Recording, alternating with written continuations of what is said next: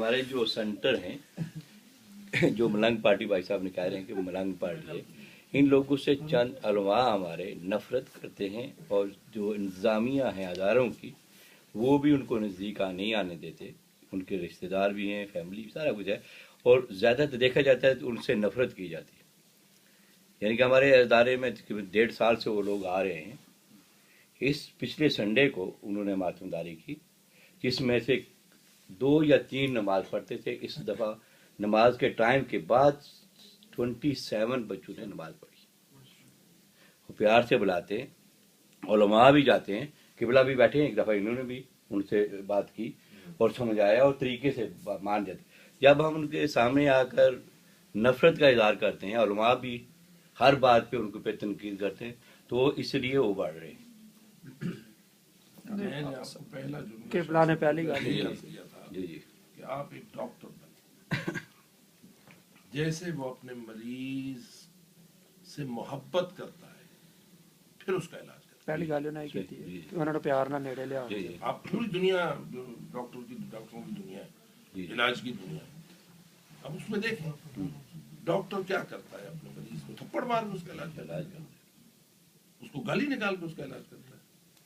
نہیں، اس کے ساتھ پیار محبت کا اظہار کرتا ہے، پھر اس پر کڑی دوا دیتا ہے، اس کو آپریشن تک بھی کر لیتا ہے. تو ہمیں بھی جیسے آپ فرما رہے ہیں، میں اس کا قائل نہیں ہوں کہ آپ بالکل نفرتوں کے بیچ کاشت کریں اور علاج کریں. نہیں ہوگا.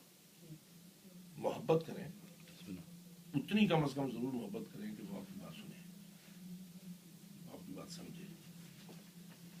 میں کہتا ہوں 2 باتوں میں سے ایک ہوگی، یا آپ کی بات مان جائے گا یا نہیں مانے گا.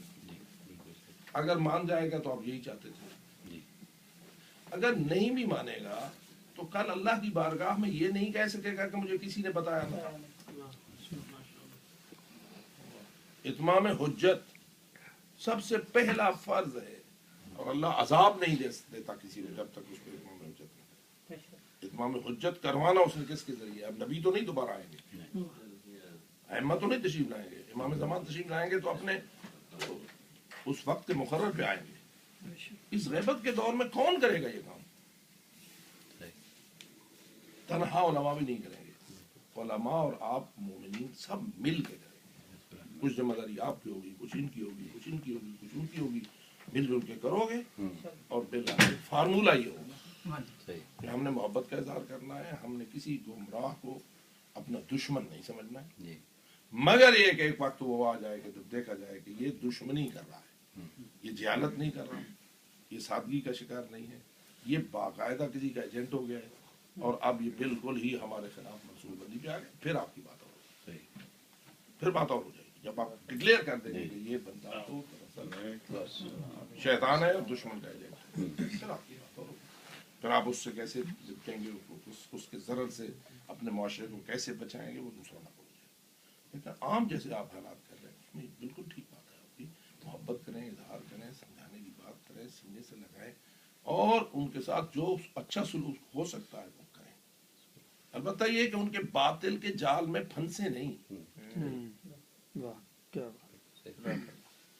آپ کو سمجھانا ہے، آپ نے صحیح صحیح. صاحب ایک اور کوشچن ہے، جیسے ہم جس کمیونٹی میں رہ رہے ہیں، مثلا موسٹلی ہمارے جو ہیں ٹھیک ہے، یہاں پر ہم سارے مومن بھی ہیں، شیعہ بھی ہیں، لیکن جو باہر جو دوسرے مذاہب ہیں، جیسے پچھلے دن ایک بحث چل رہی تھی کہ جو ہے نا کرسچن کمیونٹی ہے، انہوں نے عید کے لیے جو ہے نا تمام مسلمانوں کے لیے انہوں نے چھوٹے سے نا فیسٹیول کا اہتمام کیا.